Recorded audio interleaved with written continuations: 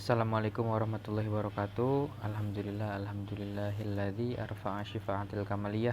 Asyhadu an la ilaha illallah alladzi khassasa man sya'a bil ma'asiril hukmiyah. Wa asyhadu anna sayyidina Muhammadan abduhu wa rasuluhu ma ba'd. Kami di sini selaku pemakalah ingin mempresentasikan hasil makalah kami yang berjudul memahami karakteristik perkembangan peserta didik, yaitu dengan yang disusun oleh Mbak Diah Pramudia Suryaningrum, Siti Zulfatus Solihah, Husnul Khotimah, Wahid Abdurrahman, dan Kurnia Ayu Tri Hamidah. Baik, langsung saja kepada pendahuluan. Latar belakang peserta didik adalah makhluk yang tumbuh dan berkembang. Mereka merupakan individu dinamis yang memiliki karakteristik tertentu pada setiap perkembangannya. Pertumbuhan dan perkembangan ini merupakan proses alami yang terjadi dalam kehidupan manusia.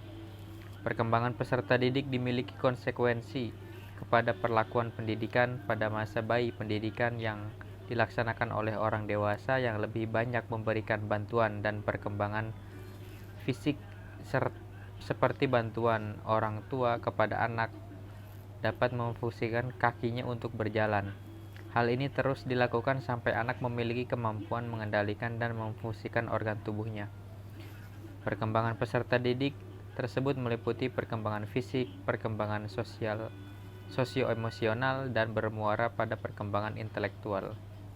Perkembangan fisik dan perkembangan sosio-sosial mempunyai kontribusi yang terhadap perkembangan intelektual atau perkembangan mental atau kognitif siswa. Baik, selanjutnya pembahasan pertama. Pada pembahasan yang pertama yaitu pengertian peserta didik. Secara terminologi, peserta didik adalah anak didik atau individu yang mengalami perubahan, perkembangan, sehingga masih memerlukan bimbingan dan arahan dalam membentuk kepribadian serta sebagai bagian dari struktural proses pendidikan. Dengan kata lain, peserta didik adalah seorang individu yang tengah mengalami fase perkembangan atau pertumbuhan baik dari segi fisik dan mental maupun pikiran. Sebagai individu yang tengah mengalami fase perkembangan, tentu peserta didik tersebut masih banyak memerlukan bantuan, bimbingan, dan arahan untuk menuju kesempurnaan. Hal ini dapat dicontohkan ketika seorang peserta didik berada pada usia balita, selalu banyak mendapat bantuan dari para orang tua ataupun saudara yang lebih tua. Dengan demikian, dapat disimpulkan bahwa peserta didik merupakan barang mentah yang harus diolah dan dibentuk sehingga menjadi suatu produk pendidikan. Berdasarkan hal tersebut, secara singkat dapat dikatakan bahwa setiap peserta didik memiliki eksistensi atau kehadiran dalam sebuah lingkungan, seperti halnya sekolah, keluarga, pesantren, bahkan dalam lingkungan masyarakat. Dengan diakuinya keberadaan seorang peserta didik dalam konteks kehadiran dan keindividualnya, maka tugas dari seorang pendidik adalah memberikan bantuan, arahan, dan bimbingan kepada peserta didik menuju kesempurnaan atau kedewasaannya sesuai dengan tahapannya. Nah, mengingat pentingnya posisi peserta didik dalam proses pendidikan, maka pihak-pihak terkait penyelenggaraan pendidikan, khususnya pendidik, sangat penting memahami hakikat peserta didik, sebab dengan mempelajari hakikat peserta didik akan memperoleh beberapa keuntungan, diantaranya adalah akan mempunyai ekspektasi yang nyata tentang peserta didik. Yang kedua, akan membantu pendidik untuk merespons bagaimana mestinya pada perilaku tertentu dari peserta didik. Dan yang ketiga, akan membantu mengenali berbagai penyimpangan dari perkembangan yang normal. Terima kasih, sekian. Pembahasan yang kedua yaitu karakteristik peserta didik. Karakteristik peserta didik dapat dibedakan menjadi 3. Yang pertama, karakteristik peserta didik berdasarkan tingkat usia yang dibagi menjadi 5 tahapan. A. Tahap asupan, usia 0 sampai 2 tahun. Tahap ini dimulai sejak kelahirannya sampai sekitar usia 2 tahun. Pada fase ini belum dapat diterapkan interaksi edukasi secara langsung. B. Tahap jasmani, usia 2 sampai 12 tahun. Tahap ini anak mulai memiliki potensi biologis, pedagogis, dan psikologis sehingga anak sudah mulai dapat dibina, dilatih, dan dibimbing sesuai dengan kemampuan, bakat, dan minatnya. C. Tahap psikologis, usia 12 sampai 20 tahun. Tahap ini, anak mulai mampu membedakan mana yang baik dan mana yang buruk. Pada tahap ini, seorang anak sudah dapat dibina, dibimbing, dan dididik untuk melaksanakan tugas-tugas yang menuntut komitmen dan tanggung jawabnya. D. Tahap dewasa, 20 sampai 30 tahun. Pada tahap ini, seorang sudah tidak dapat dibina, mereka sudah memiliki kematangan dalam bertindak, bersikap, dan mengambil keputusan untuk menentukan masa depannya sendiri. E. Tahap bijaksana, 30 sampai akhir hayatnya. Pada tahap ini manusia telah menemukan jati dirinya sendiri. Pendidikan pada tahap ini dilakukan dengan cara mengajak mereka agar mau mengamalkan ilmu, keterampilan, pengalaman untuk kepentingan masyarakat. 2. Karakteristik peserta didik berdasarkan tingkat kecerdasan. Hasil penelitian yang dilakukan oleh Binet Simon terhadap IQ manusia menunjukkan bahwa IQ yang dimiliki manusia berbeda-beda. Pada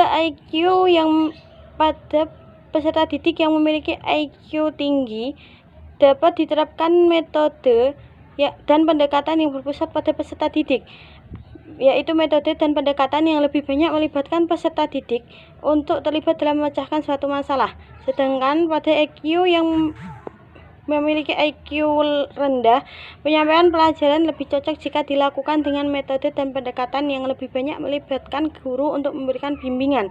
3. Karakteristik peserta didik berdasarkan kondisi sosial, ekonomi, dan budaya. Yang dimaksud kondisi sosial ekonomi adalah kondisi objektif tentang kemampuan peserta didik serta status sosial yang dimiliki. Dengan kondisi sosial ekonomi ini dapat diketahui kemampuan ekonomi peserta didik serta kedudukannya dalam masyarakat. Dengan mengetahui latar belakang tersebut, maka seorang guru dapat menentukan metode dan pendekatan yang tepat dalam memperlakukan mereka. Selanjutnya yaitu rumusan masalah yang ketiga tentang akhlak peserta didik, yang mana moral, etika, dan akhlak memiliki fungsi yang sama, yaitu untuk menilai sesuatu baik buruknya atau bagus atau enggaknya gitu ya.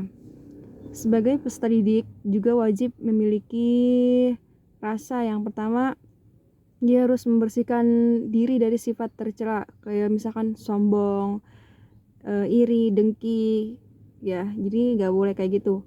Yang kedua, memiliki niat yang mulia. Jadi harus memiliki niat dulu sebelum dia belajar. Yang ketiga, meninggalkan kesibukan duniawi.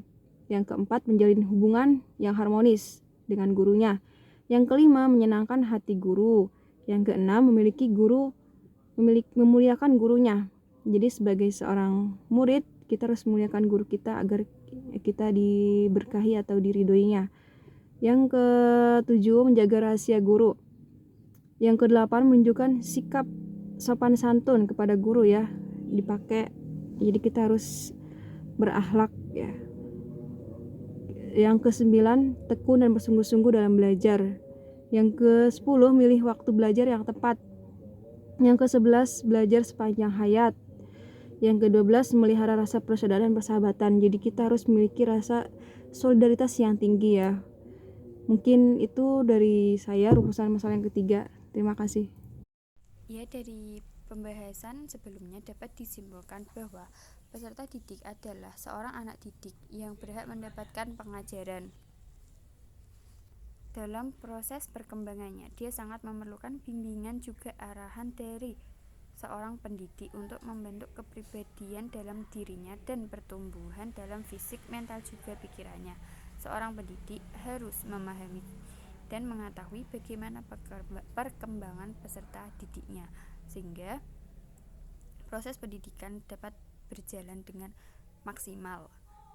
Persyaratan yang tidak dapat ditinggalkan oleh seorang pendidik atau biasa kita sebut sebagai guru adalah untuk memahami karakteristik secara benar terhadap siswanya. Untuk mengetahuinya dapat dilihat dari usia, kecerdasan, bakat, hobi, minat, tempat tinggal, budaya, dan sebagainya. Selain itu, peserta didik atau siswa juga harus memiliki akhlak yang mulia agar mampu menyerap materi yang diberikan oleh guru dengan maksimal. Sekian presentasi dari kelompok kami. Terima kasih. Wassalamualaikum warahmatullahi wabarakatuh.